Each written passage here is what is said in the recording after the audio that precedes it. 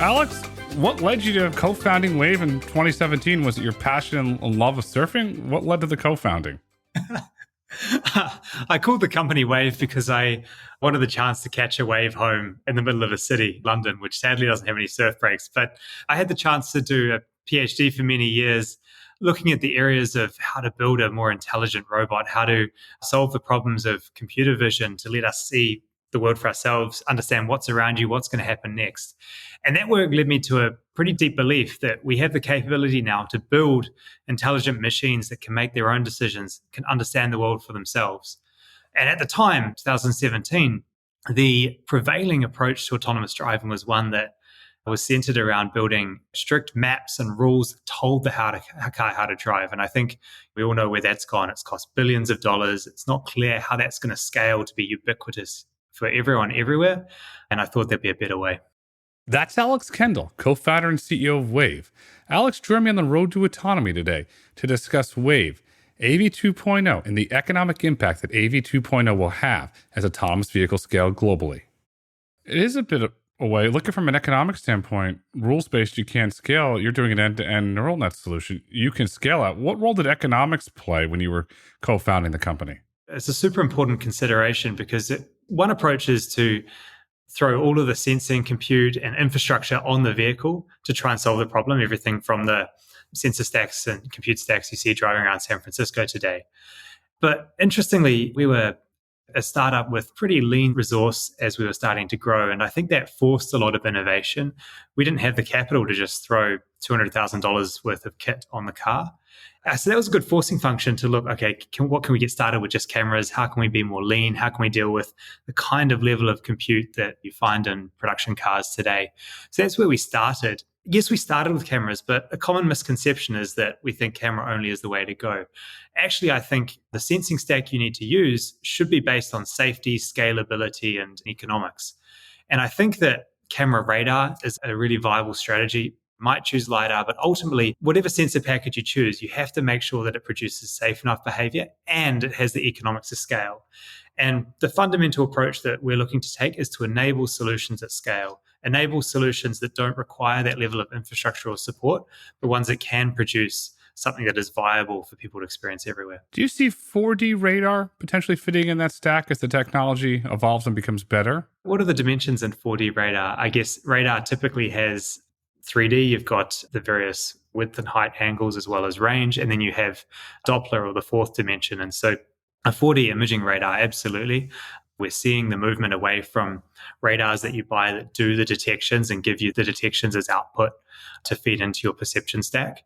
But really, those detections can carry a lot of noise. And the beauty of end-to-end learning is you can take the raw signal from either a camera or a radar or whatever sensor you're using, FMCW, LiDAR, or whatever's coming next. You can take that signal and learn from it directly. The beauty of that is you can learn when to trust a sensor, when not to, and get all of that from an unsupervised signal. Simply by predicting what's going to happen next, you can learn when the signal from a sensor is reliable and when you might need to rely on another redundant modality. That leads to the breakthrough in AI that we've had. You're based in London, DeepMind, and then the last year with ChatGPT. I'm going to quote something. You gave a really great presentation. I got to give Martin Briggs a great job for inviting you at the Bank of America's Transforming World 2023 event in London. I want to quote from your presentation. This is really impactful here. Self-driving is an AI problem that hasn't been the consensus view. In fact, it's been the contrarian view for many years. Everything has changed this year owing to ChatGPT.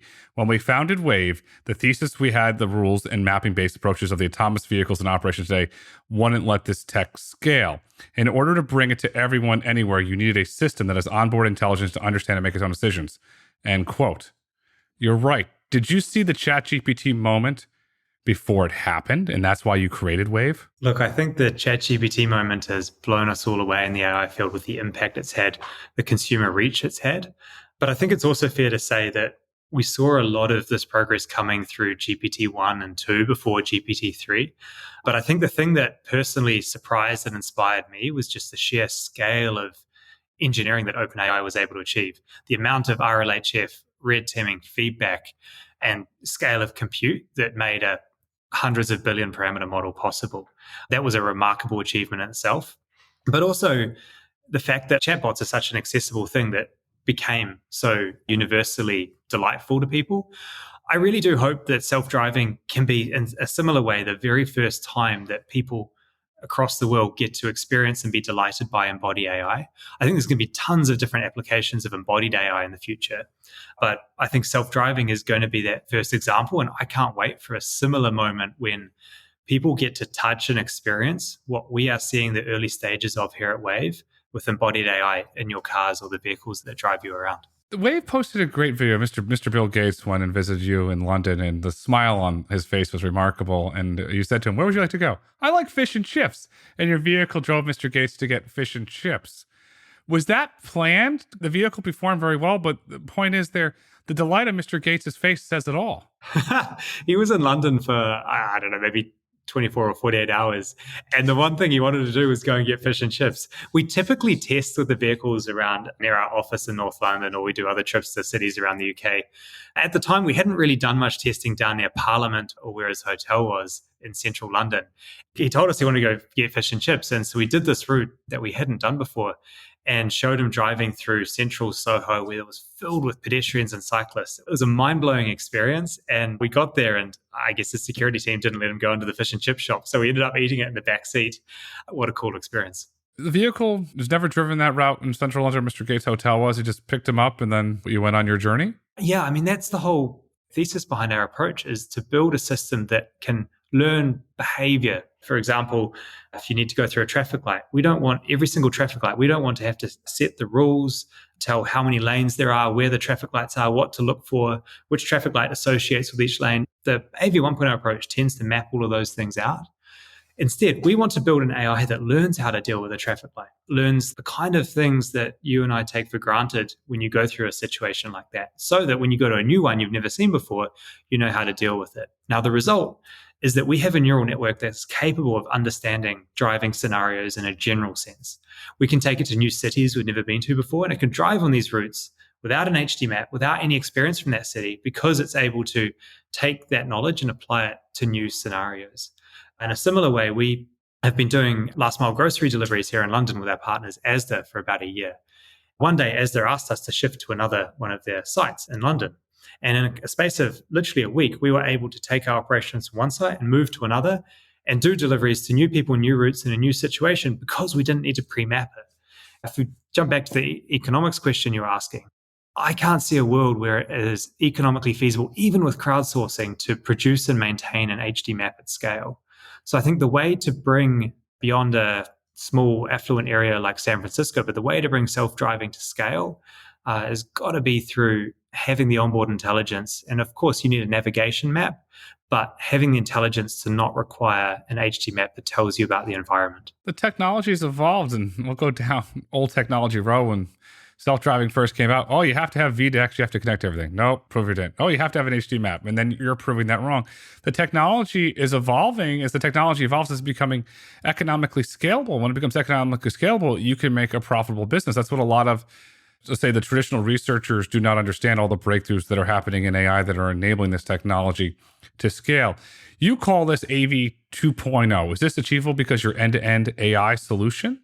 Yeah, that's the big distinction. If you look at so many challenging large data problems, take from computer vision, language, game playing agents, or now robotics, we've seen this trend of these problems fundamentally, they're still not solved in some cases, but at least transformed through end-to-end learning by being data-driven and statistical and not relying on hand-coded representations. Like back in the day with language, you used to extract words, phrases, nouns, associations, and things like this, and then use those handcrafted features in a database to understand the meaning of language. And of course, ChatGPT and these large language models are all possible because of end-to-end learning. Now, we're seeing the same thing play out in robotics, is moving from partial learning to end-to-end learning is what enables us to learn driving capabilities that are more complex than you can hand engineer. So that step to an end-to-end learning approach for autonomous driving is what we refer to as AV 2.0. Is this the ChatGPT moment for autonomous vehicles? I think it is. It's going to scale. You mentioned you're doing delivery. Is that a class 6 type vehicle? What type of vehicle class is that? So we've been working with light commercial vans, 3.5 ton vans, as well as passenger vehicles today. And we've built a neural network that can drive both of these. I think it's really important that we get diverse data. One of the really interesting things is self-driving cars have typically needed to be trained through what you think of as on-policy data, where you actually drive the cars and you get their own experience to be able to learn. The unique thing about our approach is because it's unsupervised, because we can learn to just generally observe videos and understand the world, we can train on heterogeneous data from all kinds of vehicles with different sensor packages, different sensor layouts and architectures, as well as in different driving cultures. And ultimately, where we want to be is have a single neural network that learns from grocery delivery in London, ride hailing in Florida, I don't know, public transport in Stuttgart, wherever you are around the world. We want to have all of these different experiences and use them to train the most safe and performant driving AI that truly generalizes. Is there a limitation of the type of vehicle that your technology will eventually be able to be ported or transformed to or expanded to? I mean, I'd love to support and accelerate the electrification and make sure that we support electric vehicles first. But I mean, limitation, you need to have, what do you need for autonomy? On the vehicle, you need to be able to have a sensor architecture that is redundant and gives you the surround visibility you need to drive. Something like radar cameras, that visibility around the vehicle. You need compute that's sufficient to run a neural network. For example, we run on the kind of compute you see in vehicles today, whether it's Qualcomm or the NVIDIA Orin or on computes and beyond. So that kind of level of embedded compute. And then you need a reliable and resilient power source to be able to support that. And I guess most electric vehicles and some combustion engine vehicles have that. But those are the sort of basic requirements. But other than that, and of course, a controls interface, a drive-by-wire that has the redundant actuation that you need for safety. But aside from that, that's a pretty broad swath of most modern vehicles today that are coming out from all the major manufacturers are starting to have those requirements. And that's what's really exciting to us. I think that gives us the opportunity to get this AI, get this software deployed at scale, to start getting experience and exposure to vehicles around the world. You solved the original Mercedes-Benz R&D project. This was in the early days of self-driving. I went and visited Mercedes-Benz R&D facility in Sunnyvale in California. And it was really neat. It was an S500. And the gentleman who was the CEO at that time said, open the trunk. I want to show you something. I opened it. And then the trunk, as you could imagine, was full of compute. Mm-hmm. And he said, we failed. I said, excuse me? He goes, we failed. Our customers, our number one request for an S500 customer, golf clubs. If the golf clubs can't fit in the trunk, we failed.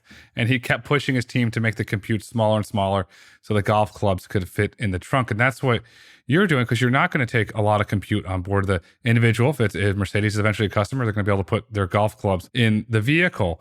Outside of the vehicle, what type of compute do you need to develop your neural net? Mercedes is working on the NVIDIA Orin today, and that compute will certainly not take up any boot room. In fact, if you go in our demo cars today that we operate, I'm pretty sure you'll be able to fit your golf clubs in the back of them.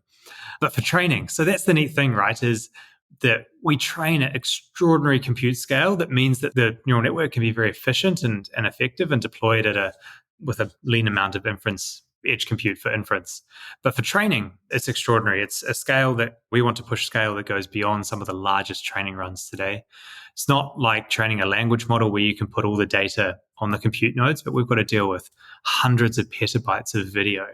So we've been excited to be partnered with Microsoft for the last 4 or 5 years. And together we have ambition and are building out the infrastructure to make this possible. The high bandwidth video access, the incredible GPU architectures to be able to train this kind of thing at scale. This is the kind of infrastructure that we're building out to make these kind of models possible. But it's not just the training. You've got data, curriculum, selection, filtering. You've got simulation, evaluation. It's the entire fleet learning loop that we need to be able to spin incredibly quickly to improve the system. That's what we needed. It's interesting how you think most of the problem is onboard the car, but I'd argue 90% of it is the offboard challenge of developing the training and evaluation infrastructure to make this possible. And how are you downloading the data from your test vehicles, say, or your vehicles that are in commercial operations with your partners? Oh, we use a number of techniques. Some of the vehicles that we park in sites that have Wi-Fi or wired connections to them, we can just download it through those networks. Others, we have to upload over 4G, and then it's really important that you choose the right data. Many people struggle to, you have tons and tons of data, right, and struggle to find out the right scenarios to learn from. One of the neat things about our approach is it's very strong at understanding the latent representation we learn can really easily tell us what scenarios our data covers, where the edge cases are, and we can use these systems to extract that in an unlabeled way. We can just let our AI watch the thousands and thousands of hours of driving data and point out where those novel scenarios are. If you think about the safety case that's required for autonomous driving, certainly with an AV 2.0 approach, one of the core pillars is ensuring that our data covers the ODD, that we have the right scenarios to learn from. And this is where this can be really important, ensuring that our data, our models can ensure that our data covers the scenarios. Now, these scenarios might be analytically designed, like we look at traffic lights, roundabouts, 1-lane, 2-lane roads, et cetera, or we can actually just watch a ton of driving data and cluster it into different scenarios that come out naturally from the data. We can see the things that commonly occur. We can see how things relate to each other and use that to determine the scenarios themselves. There's a bunch of interesting ideas there that machine learning makes possible, but ultimately you need to prove that your data gives you the right experience to train a safe and performant system. How does that change when you go in the channel or you go over to France where they're going to drive on the opposite side of the road in England, or if you go into America? How does that going to change your data collection strategy? Yeah, I mean, there's new things when you go to different countries, right? Like if you go to the US, you have 4-way stop signs. We don't have those in the UK. You have right turn at red, that rule, or I mean, even you drive on the right side of the road, right? You need to learn these things. But there's a lot that's similar. Traffic lights generally work the same way. Pedestrians generally behave in a similar manner. And so the point being is that you don't need to learn everything from scratch. So I think we're going to see, as we go to new markets and new geographies, I think we're going to see an exponentially decreasing amount of data that we need to expand to a new area. Because the more experience you have, the less new stuff there is in the world. Now, the great thing about this is this makes it a really great model economically to be able to scale, because the enormous training required to get it to market in one market doesn't need to be replicated for each new place we go to. Or if you go to a new vehicle line or a new manufacturer, again, it doesn't require that extraordinary expense to adapt the system, because it's so inherently adaptable, because it's learned concepts that generalize to different vehicles, use cases, or markets. You can accelerate it. Bank of America estimates it's 5 to 7 times cheaper for the AI approach for autonomous vehicles. Yet, your certain competitors, Tesla's doing it, but yet other competitors are not. The data's there that the banks are validating your approach, the market's validating your approach. Why are more companies not undertaking this approach when it's a very robust road, it's a very safe road, and it's a scalable road, and most importantly, it's a road that can become a business at the end of the day where the economics make sense? I mean, you don't have to convince me. We've been doing this for 6 or 7 years.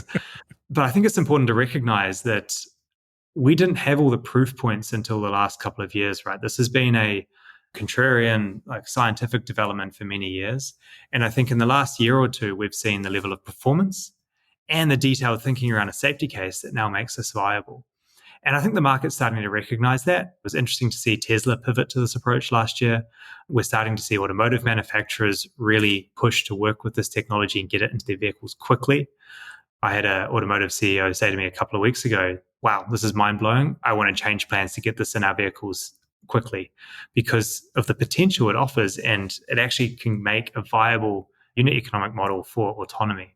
I could speculate why more aren't working on it. I think when you've spent billions on another approach, there's a huge sunk cost problem, huge momentum problem. It's a different set of talent to build out an AI approach to a robotics approach, a different set of infrastructure. So the switching cost is not trivial.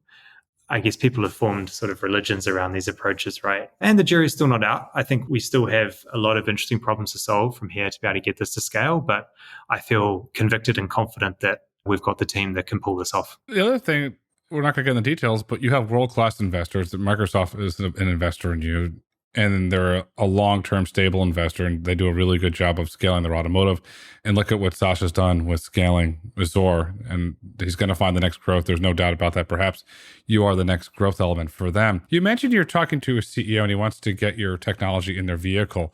What is the Wayve commercialization model? I think there's a few different models we're seeing now to be able to bring autonomy to scale. And of course, where we all want to be is to be able to see the benefits of L4, the improved safety, sustainability, and accessibility of transport at global scale. That's where we want to get to. So how do you get there? Well, one strategy is you constrain the problem down to a set domain, and you throw all the money you can at it to over-engineer the solution to be able to get it to work there. And we're seeing some solutions like that in Beijing or in San Francisco, where you have these retrofit robo-taxis. And the challenge from there is, I mean, it's really impressive. It's mind-blowing to go ride in one of those. But the challenge from there is to cost it down, optimize it, and figure out the manufacturing problem to get it to scale. And that's a very difficult and challenging journey. In particular, during that, these companies are running 1,000 or so vehicles, and the data diversity you get from running around a single city is fairly limited. What we're seeing is a better approach, and what Wayve is taking is we want to get the software deployed quickly and broadly as a driver assistance system. And I mentioned that production vehicles today that are coming online have the sensing and compute, or many of the manufacturers that we're excited about have invested in the level of software-defined vehicles and the onboard embedded compute that is required to run an approach like ours. So we don't need to change any hardware or add on or retrofit anything. We can work with production vehicles today and have the neural network deployed. The advantage of this is that we can start to give consumers exposure to embodied AI. Rather than dropping in an L4 solution from day zero, we give them an exposure to a companion co-pilot driver assistance system, and it can learn over time and quickly develop to a point where it can become L4 and autonomous. The beauty is we get global and diverse data from this. We can train and validate the system to be provably safe. And of course, the business validation and revenue, and build a more sustainable business to grow up in this way. And so I think that approach is an exciting one.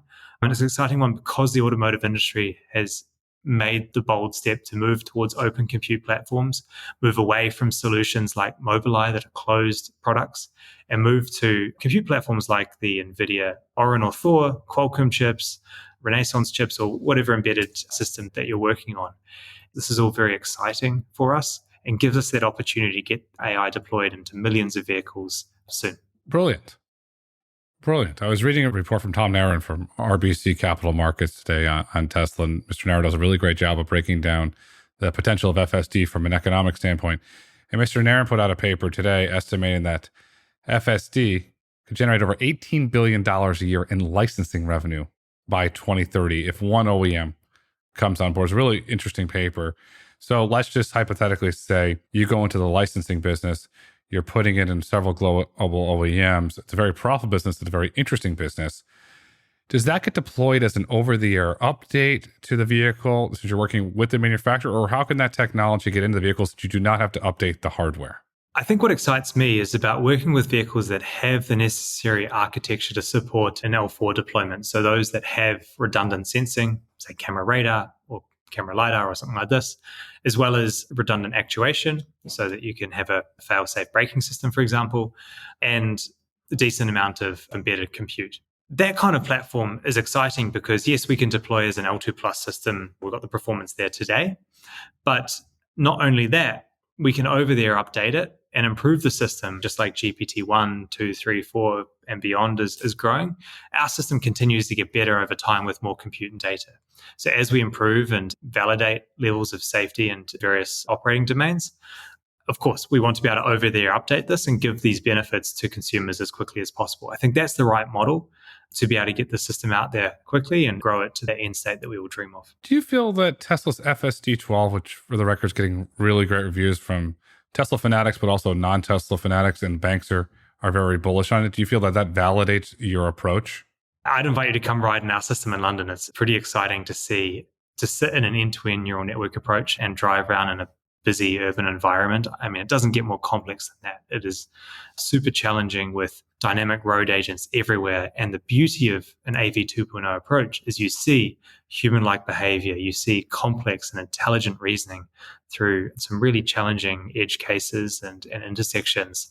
I'm not surprised that people are inspired by AV 2.0. It is for sure the future. What competitive advantages do you have testing in London? If you're going around Piccadilly Circle, it's a very difficult driving environment, to say the least. And there's other parts of London that are very congested and difficult driving. What advantages do you have? London, yeah, it's pretty hard, right? It's one of the hardest in driving environments. It was designed for horse and carriages, and now we've gone and thrown millions of cars in the city. It's an interesting one, right? I think it forces us to build something that's scalable, forces us to build something that can deal with these kind of complexities. And it's been a great forcing function through development so far. I mean, in many ways, you want to start with the hardest thing first, because if you start with the easy problems and then find out later you can't solve the hard ones, then you're dead in the water. That principle, I think, has helped us out so far, but I'm really excited to be bringing this technology to other countries around the world, the EU, the US, and beyond, maybe even my home country, New Zealand, one day soon. I think the things that we learn from the challenging streets of London will pay us well in those places. When do we get to the moment when the king goes for a ride in the Wayve car? Well, the Prime Minister was going to come, I think, last year, but sadly, we were told that he only rides in cars with bulletproof glass, I think, like this. So I don't know if the King would have similar security requirements, but maybe we can automate his horse-drawn carriage one day. There you go. I always thought about it with his mother, the Queen, for the Jubilee, have it automated, and that's the moment that autonomy goes mainstream. So perhaps it's the current king or the next king, unsure, but we will have that moment at some point. Perhaps you do it on the grounds of Windsor. It's a safe, controlled environment. Who knows? When will Wayve look to come to the US to test, then potentially expand into commercial operations? Watch that space. We have a flourishing office in the San Francisco Bay Area and some growing vehicle operations there. I'm really excited for our US expansion and continued growth. You talk a lot about data, and I started working with some banks and analyzing data from the self-driving perspective. When does data become an asset class? I would love to see more of a data market. I think there are some companies around the world that have extraordinary data assets, and the barrier to monetizing them is significant. You need to build and manage infrastructure and things like this, but there is so much extraordinary data around the world. And if we had millions of hours of data for driving and we were able to just feed it into our machine learning system, I think we'd solve this problem tomorrow. So I would love to see a marketplace like this. I'd love for Wayve to help create it. I hope that the diverse OEMs that we partner with, we can create that kind of aggregated, crowdsourced data source that can enable safe and performant embodied AI systems. I think we're going to start to see that soon. I think we're already seeing commercial relationships where you have exchange of value data as part of the value exchange. And certainly, I think with our partnerships, it's a very important asset to recognize. But the last thing I'd say is that, look, I've had the chance to meet most OEMs around the world over the last year, and they vary greatly in their capabilities and the investments they've made, the maturity of their platform to take an AI solution, the investments they've made in a software-defined vehicle that can both get data off it as well as do over-the-air updates. These things are so important for the future, and some OEMs have mastered them and some are just scratching the surface.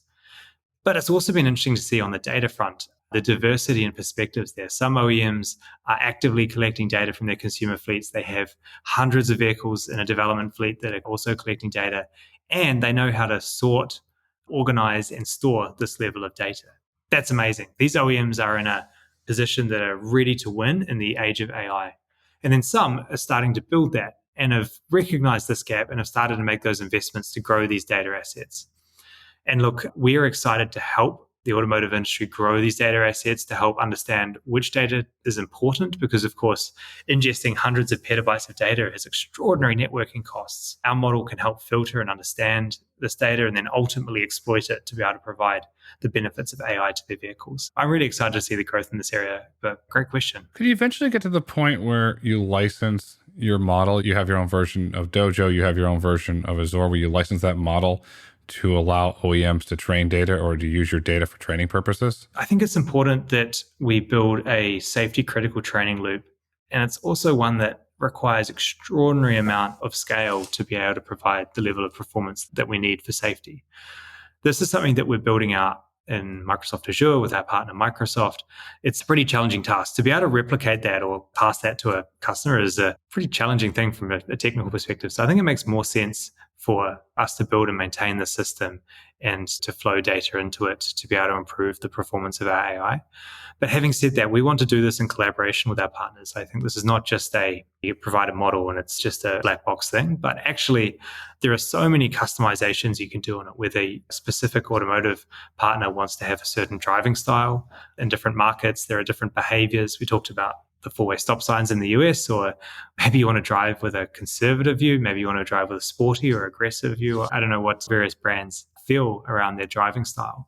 But all of these things are possible to customize and build feedback into the system. And we want to build a collaborative learning loop with our partners where it's transparent. They can see the the model scorecard, the performance across the board of how our model performs against various different metrics, and then, of course, influence and change these to adapt to the specific behaviors and requirements that their brand has. Why take a partnership approach? In my opinion, it's the right approach, but why take the partnership approach and not build your own vehicle? One of the principles we've had from the very beginning is to partner with some of the most innovative companies and to be able to focus on our expertise. Some companies are looking to build out everything in the value chain, but that's hard, right? Like building a vehicle and bringing that to market, I'm in awe that everyone's done it. I think pulling that off is equally a big challenge as building the AI. So I think it makes sense to partner there. I also think there's a much larger market. Like, sure, if we build our own vehicle, maybe we can get it to 1 million vehicles volume. But if you look at the diversity of vehicles that manufacturers around the world build, partnering there, I think that's just better, more scale. It can produce a better solution. And more importantly, it's faster because that expertise is already there. In general, this principle has served us well over the years because, like, let's take cloud compute as well. We could build out our own dojo, our own data center, but by partnering with Microsoft, they've got extraordinary expertise, leverage of the scale they run and things like this. And it means that, again, our team can stay focused on the things that the market can't support and the unique things we can bring, namely building the AI. In your opinion, what is the future of Wayve? It's a really exciting question to contemplate. If we cast our mind ahead 30 years, I think embodied AI is going to be the most transformative technology of our lifetimes. Being able to introduce intelligent machines that we can trust, we can delegate tasks to, that can automate things from domestic tasks at home to delivery or to personal transport. I think the embodied AI that Wayve is building is going to help pioneer and catalyze the age of autonomy, make these things possible, starting, of course, with autonomous driving. I think we'll trust these embodied AI systems to do so much more. I can't wait to make that happen. They're going to change the world, and we do a lot of generative AI at home with images, and you see the images that they can create. Did a bear on a skateboard. My daughter thought it was the coolest thing in the world, and she made bookmarks for her class with flamingos. So it's starting that curiosity, and we're going to graduate a lot of really interesting engineers, and these children to go on to build something and build on top of what you're already building with Wayve. And we're really looking forward to seeing Wayve scale. Pitch, we'd love to welcome you to Florida. I know that the individuals, the governor listens. They'd love to welcome you here. Alex, as we look to wrap up this insightful conversation, what would you like our viewers and listeners to take away with them today? I hope that some of what we've talked about can inspire a few things. One is ideas and investments that we can make as an industry, as a society, to accelerate the growth to see the benefits of AI, whether that's building data assets, whether that's ensuring that next generation vehicles can have these AI deployed on them. I think this is such a huge opportunity, and it's going to take a collective effort on that front. I hope that this inspires that. And then secondly, I think when it comes to the product, the driving experience of what you can do with embodied AI, we didn't talk too much about it, but a few quick points there.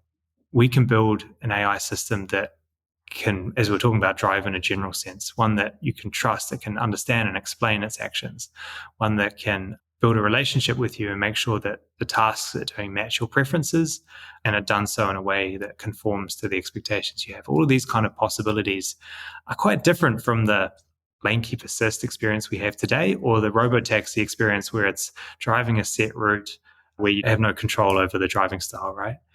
I hope that folks might be able to take some inspiration from what embodied AI makes possible, and I look forward to the day when we can launch it to the world. Wayve is building the future. Go catch the wave. The future is bright. The future is autonomous. The future is Wayve. Alex, thank you so much for coming on the road to autonomy today. Oh, thank you. This has been a fun conversation. Cheers. If you've enjoyed listening, please kindly rate, review, and subscribe on your favorite podcast platform. Want to get in touch? Follow us on Twitter, Instagram, and YouTube at Road to Autonomy, or email podcast@roadtoautonomy.com. The Road to Autonomy podcast is produced by the Road to Autonomy LLC.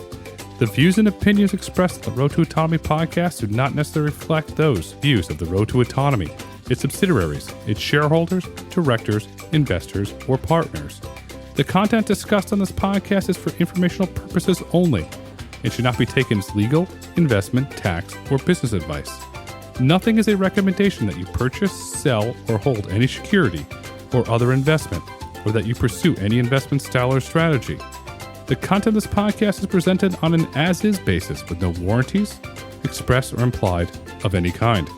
Financial mentions about companies in the Road to Autonomy Index and discussions about the Road to Autonomy Indexes are for informational purposes only and should not be relied upon when making any investment decision. Furthermore, an inclusion of security within the Road to Autonomy Index is not a recommendation by the Road to Autonomy Indices, LLC, to buy, sell, or hold that such security, nor is it considered to be investment advice.